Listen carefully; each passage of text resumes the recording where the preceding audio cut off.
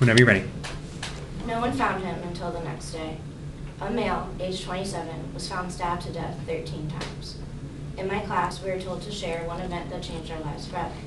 My close friend chose to share how her brother was found dead at the Seminole Hard Rock Casino in Hollywood, Florida. Even to this day, they still don't know what happened or who did it.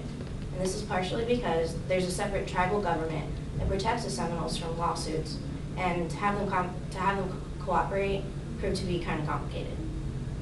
I found this unsolved mystery incredibly interesting because I'm a criminology major at one of the top 5 schools in Florida, Florida State University for criminal justice. While under this incredibly unfortunate situation, it's important to recognize the Seminole Indian tribe's history, their casinos, and their government. First of all, I'd like to tell you about the Native American history and how they were forced to move west. In 1835, the U.S. government wanted to have the Seminoles move west of the Mississippi River to what is now present-day Oklahoma.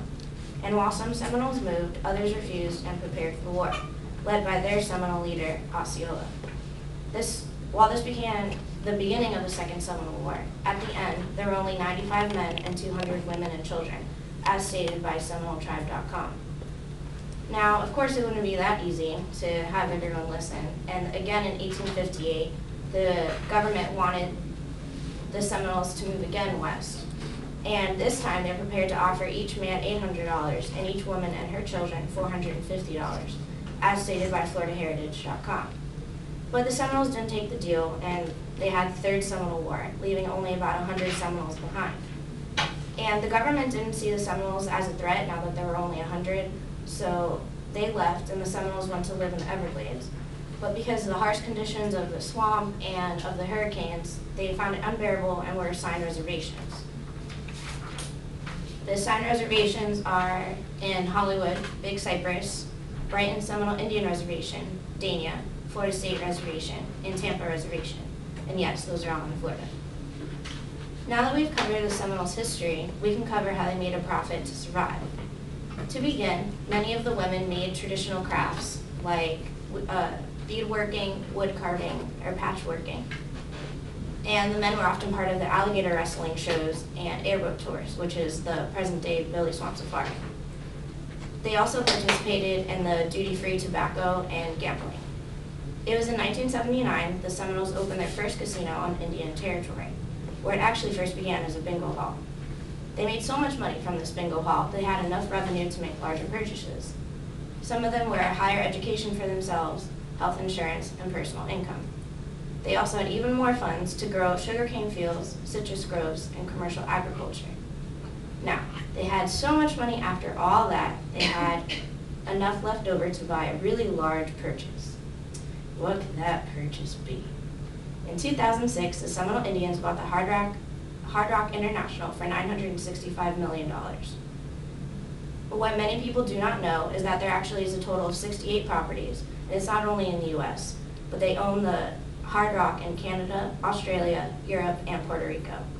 Just last year alone, from only their Florida casinos, they made $1.6 billion, as stated from SeminoleTribe.com. Last, I'm sure you can imagine that the U.S. government is not too happy about the massive amounts of profit that the Seminole Indians are receiving. And what also many people do not know is that indigenous tribes are actually stated in the Constitution. Due to tribal sovereignty is why it's really difficult to find answers from them in different cases, as stated in the Anna Nicole Smith case, that it was really difficult to get the 911 tapes because of the tribal sovereignty. In the Constitution, in Article 1, Section 8, Congress shall have the power to regulate commerce with foreign nations and among several states with Indian tribes. This means that the Indians are separate from federal government, the states, and foreign nations. Also in the Constitution, in Article 1, Section 2, Clause 3, it states that representatives and direct taxes shall be apportioned among several states, excluding Indians not taxed. This means that Indians don't have to pay taxes, as described on FloridaHeritage.com.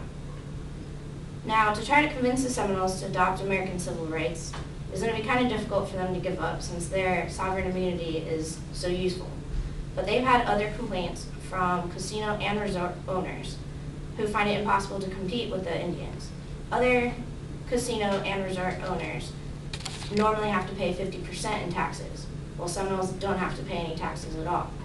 Other casino and resort owners don't have their casinos open 24 hours, where some of the casinos for the Seminole, like the one in Fort Lauderdale, is open 24 hours. So how are they supposed to ever compete with them and make as much money as they are? To find another deal that the Seminole Indians will actually listen to, they came up with one where the tribe can waive their sovereign immunities and the casino would be permitted to use Class 3 gambling. In case you don't know what Class 3 gambling is, it's when the person playing can play against the house or the casino. Well, right now, they're only allowed to use Class 2 gambling, which is player against player.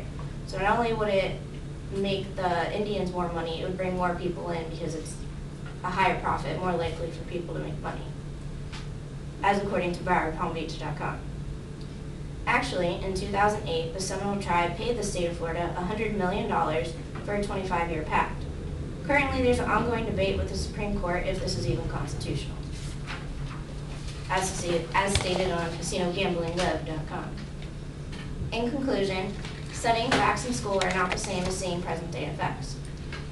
The Seminole tribe of Florida has come from a difficult past, own billion-dollar casinos, and have developed their own government where they don't have to follow American civil rights. Now, many of you may not know this, but the Seminole tribe is the only tribe in America who has never signed a peace treaty, which is why they continue to be known as unconquered. It will be interesting to see if they become conquered and adopt American civil rights, where they might have to be forced to give answers on the decomposing, oozing bodies that are often found.